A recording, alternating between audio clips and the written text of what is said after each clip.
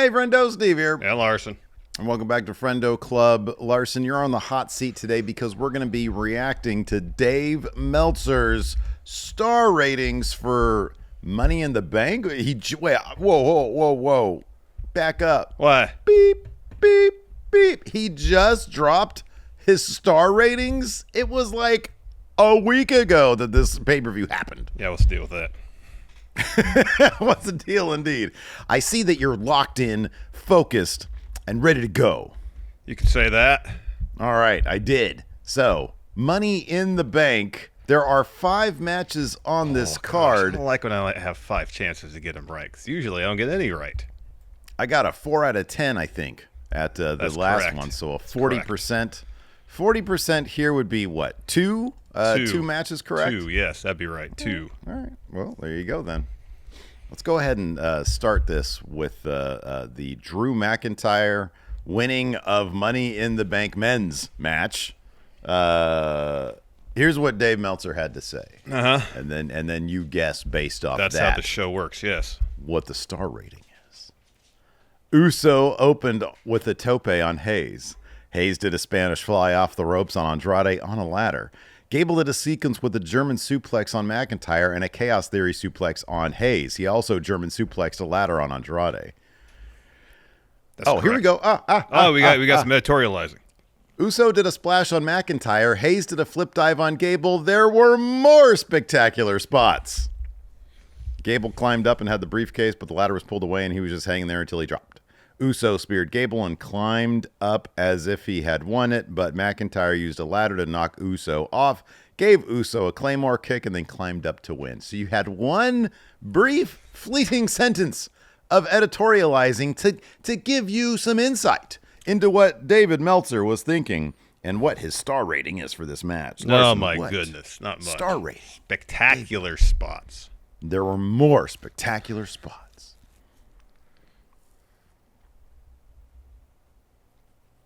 He doesn't throw out the word spectacular a whole lot. Not unless he's talking about an as-advertised 12-inch glizzy. Yep. I'm going to say he gave it 4 1/4. So close. 4 stars. I almost said 4 stars. 4 stars. Number 2, Sami Zayn pinned Braun Breaker. Yeah. To retain the IC title in 13 minutes, 12 seconds. Here's what Dave Meltzer had to say. It's about a paragraph. Zayn did an Arabian press and Breaker had to rush to catch him. Breaker did 2 overhead suplexes. Zayn did a moonsault off the top. Okay, hold on. There's too much. Oh, here we go. Editorial. Breaker ran up the ropes for a top rope Frankensteiner. It looked really cool the way he did it, even though the legs didn't really seem to throw Zayn off, and it looked more like Zayn jumped. Oh, man, he's exposing the business. Wow. Wrestling secrets Kayfabe, exposed. brother. Breaker went for a running spear on the floor, and Zayn leapfrogged him, but unlike the last time they did the same sequence, Breaker held up rather than ran into the post, which is a very clever spot coming off the previous one they did on TV. Breaker came off the apron with an elbow to Zayn on the table. Zayn did an exploder into the corner and went for the Helluva kick. The idea was Breaker was supposed to hit him with a knee, but it looked more like a hip. The finish came when Breaker went for a spear, but Zayn kicked him and then hit the hell of a kick for the pin. Not a lot to go off of there, man. Not a lot. Where's the snark? Where's the editorializing that we've come to expect from one David Meltzer? It's not here. Not there. I don't know. Gosh. I didn't give I'll say I gave it 3.5 stars. So close. 3 3/4. Once again, this time Always a quarter star undershooting off. it. Always Yeah, a quarter undershooting it star this time. off. All right. Well, let's go. Let's get some momentum here with the third match. Damian Priest retained the world title over Seth Rollins in a match that ended up including Drew McIntyre. Rollins opened with 3 topes, with the third one knocking Priest over the announce table. He followed with a swanton and a quebrada. This was Rollins' first match back from minor knee surgery. He went out there and did all his stuff, but was a step slower. I don't know if he was necessarily a step slower. I didn't notice that. Okay, here we go. There were a series of reversals when Rollins hit the Falcon Arrow, which was supposed to be for a near fall, but Priest didn't kick out. Referee Rod Zapata held up the count. McIntyre's music played, and he cashed in at 12:52. McIntyre had the match won when Punk came out and hit McIntyre with multiple chair shots, choked him, and hit him with the belt. Punk stared at the belt as a sign he's going after it soon. Priest pinned McIntyre with the South of Heaven choke slam, and Rollins was furious at Punk for costing him in his last chance for the title. What star rating did Dave? Boy, he is not making this easy to you on this Friday morning. He's making like it pretty difficult. One, he's at least got a superlative or two in there. Adversity. You know, something.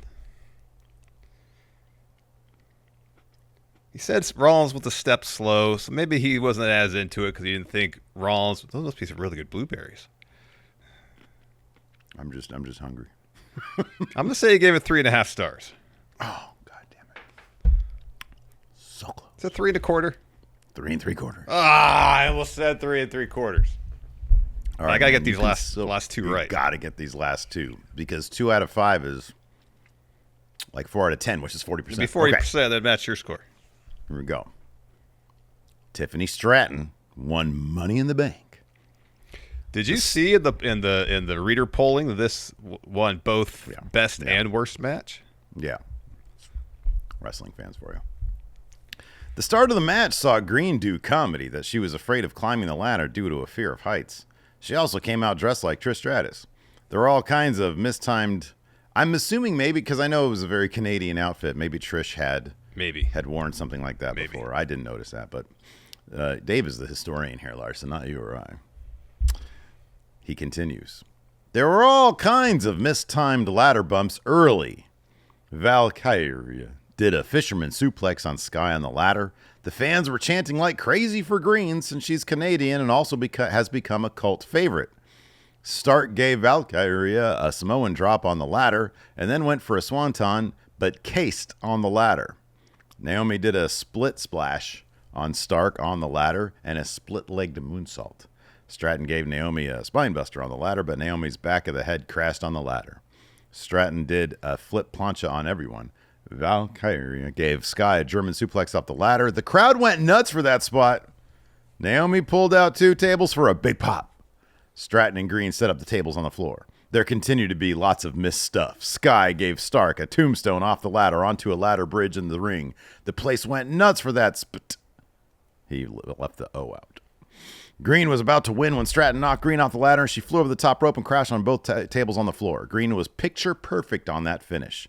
Stratton, who clearly they see as a major superstar, pulled down the briefcase to win. What star rating did David Meltzer give this match? So much focus on missed spots here in this write-up. Oh, he's drinking blueberries now, ladies and gentlemen. Oh, my goodness. I'm sorry, everybody. Fuel you for basketball today? I'm trying to do some comedy bits here. Oh, my gosh. God, there's nothing there to work off of. So he gave the men's match 4 stars, right? Correctamundo. He seems focused too much on missed spots. I don't remember any missed spots after the first, few minutes. Yeah, they came early. Yeah, and after that, it seemed like they got a good rhythm, and it was really good. Yeah. He does also recognize that the crowd's going nuts for the crowd was into it, so. Dave Meltzer likes hot crowds. He does. And he'll reward a match for eliciting a hot crowd response. So I think he gave it a decent score, but I don't think Dave is going to go as high as the men's one. I'm going to say 3 3/4. Dave went higher than the men's one. That's good because it was the better match. 4 1/4. He went a quarter over. If he's going to give it a score higher than men's, say something good about it. It's just all missed spots. Where's the positivity in the actual write-up? Yeah, man. I don't know. All right, let's move on. Here comes the last a donut. match. Let's try not to get a donut here. Solo Sikoa and Jacob Fatu and Tama Tonga beat Cody Rhodes, Randy Orton, and Kevin Owens. The crowd was very hot for this from the start. Orton did a draping DDT on Fatu, who sold it for a big pop. Fatu then gave Orton a Samoan drop. Sikoa was in, and "We Want Roman" chant started. Owens hot tagged in and did the cannonball off the top on Tonga and a swanton off the top. Wait, I want to see what he says about the butthole punch. Let's go to low blow. Referee Jason Ayers was knocked down by Sikoa. Rhodes used crossroads on Sikoa. They set up a powerbomb on Sikoa, but Fatu saved and again took out Ayers, the ref. Owens hit a stunner on Tonga. Fatu went into the Amazon Prime bottle. Amazon Prime bottle.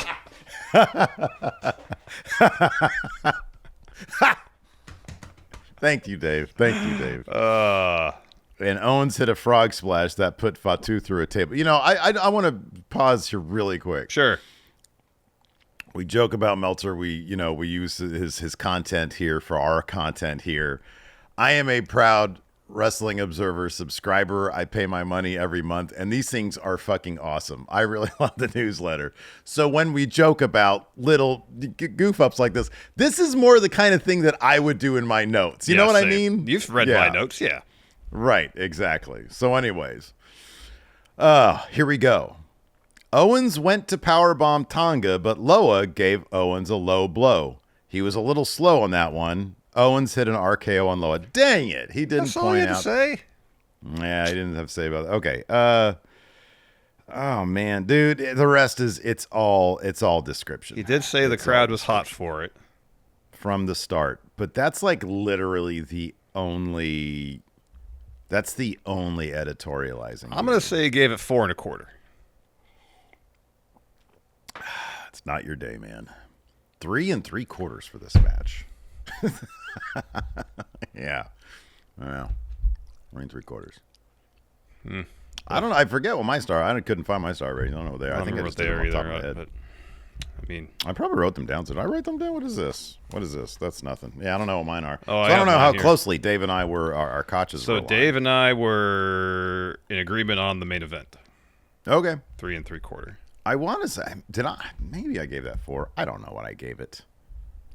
You want to do like a give me the tag match from Heatwave. One lap. Well, I was going to give you Kalani Jordan versus Sol Ruka. All right, yeah, that's fine. All right, this is what he said. This is your last chance for I've reserved myself to getting a donut today. Resign yourself. Resigned, to a donut. I mean, not reserved. Yeah. All right. Well, here we go. It shows how well my brain's working this morning when I said reserved instead of resigned. You got your mind on ball. I get it. We're about to go on ball in this 86-degree heat. At 9:30 in the morning. Here we go. He says this. This match was filled with great gymnastics and wrestling moves, but it was more gymnastics than wrestling and felt like an exhibition. It was a very polarizing match for that reason. Both women showed tremendous potential. Some of the stuff wasn't smooth, and it did look more choreographed than even the usual heavily choreographed matches. In many ways, it was like they watched the first Ricochet Ospreay Karukun Hall match and figured they could do some of the same stuff, and did. But this worked for the crowd, and that's what counts. Ruka did a Romero special. Jordan did a Tornillo. Ruka did a springboard 450 clothesline. Jordan did a Poison Rana and Asai moonsault. Ruka did a moonsault to the floor. Jordan did a 450, and Ruka got her knees up. Ruka missed her soul snatcher. Jordan won after a Poison Rana off the middle rope and a split-legged moonsault. What did Dave Meltzer give this match? He wasn't as critical as the out-of-context quotes a lot of people use. No. And he gave the crowd credit for being into it. Let's say he gave it 4 stars. 3.5. 3.5. Yeah, you're way off on that one. Well, I'm more upset that he only gave it 3.5 stars. That's way better than 3.5 stars. All right. Here's just to fuck around. Here's the tag match. Nathan Frazier and Axiom versus Chase U. Throw your U's up. You think Dave Meltzer would join Chase U if given the opportunity? Not at all. He'd teach classes there. Frazier and Axiom are an excellent team with their speed and crispness. Hudson makes a good hot tag, and Chase tells well. Wait, what? Okay. Chase tells well. Maybe it sells well. Yeah. The S and the T aren't really close to each other, but whatever. Axiom did a rabbit lariat, and Booker T went off on how it was an illegal shot. Vic Joseph tried to correct him that it was pro wrestling. Such a blow is illegal in real fighting. The fans were into Hudson's Dusty Rhodes hot tag spot. Frazier was tremendous here. Frazier did a tope on Chase, and Axiom did one on Hudson. Then they did it a second time. Frazier did a springboard 450 on Hudson. Axiom did a Spanish fly on Hudson. Frazier hit a Phoenix splash on Hudson, but Chase did a Canadian destroyer on Axiom. Crowd went nuts for that spot. After a series of moves, Frazier did a flip dive on Hudson, and Axiom hit the super kick or golden ratio on Chase. What? I mean, he said Nathan Frazier was spectacular, selling well. There was a lot of praise directed towards individuals in this match. I'm going to say he went 4.5 stars. He went 4.25. That's way too low. What did he give this? Oh, he gave Obafemi a 3.25. We don't have to quiz you on this one, but he also gave Roxanne Perez 4.25. Roxanne Perez, Lola Vice. And then he gave the main event 4.5. It was a really well-paced match, the main event was. Yeah, it was. 4.25 for that tag match? The tag match was fantastic. Tag match was a blast. Whatever. Yeah, a lot of fun. Whatever. 2-4, whatever. You know, these WWE ones are hard. It's like AEW, you know, every match has a window of between 3 3/4 and 5 and up, yeah. And really 4 3/4 if it's unless it's Osprey. If it's Osprey, then you're looking closer at between 4.5 and 6. Yeah, you know. Yeah. Is it like a generational match in Meltzer's estimation? That's all you're really guessing there. So, anyways, it is what it is. Next up is what? I've reserved myself to my fate, Steve. Is next up SummerSlam? Yes. Ooh, I'm going to be in the hot seat for a WWE show. Yeah. Yeah, I've been getting all the WWE shows of late. I know, but then the switcheroo happens. You're coming up on. You get all in, then I get all out. Wait. No, you get Berlin. No, I get Berlin and you get all out. Man, I'm going to be the screwed one, man. Yeah. So, hey, you know, it's going to come back on me. There we go. Anyways, let us know what you guys thought about those other guys' star ratings in the comments below. Hit that thumbs up, hit that subscribe, and the notify bell. Till next time, we'll see you guys around. Goodbye.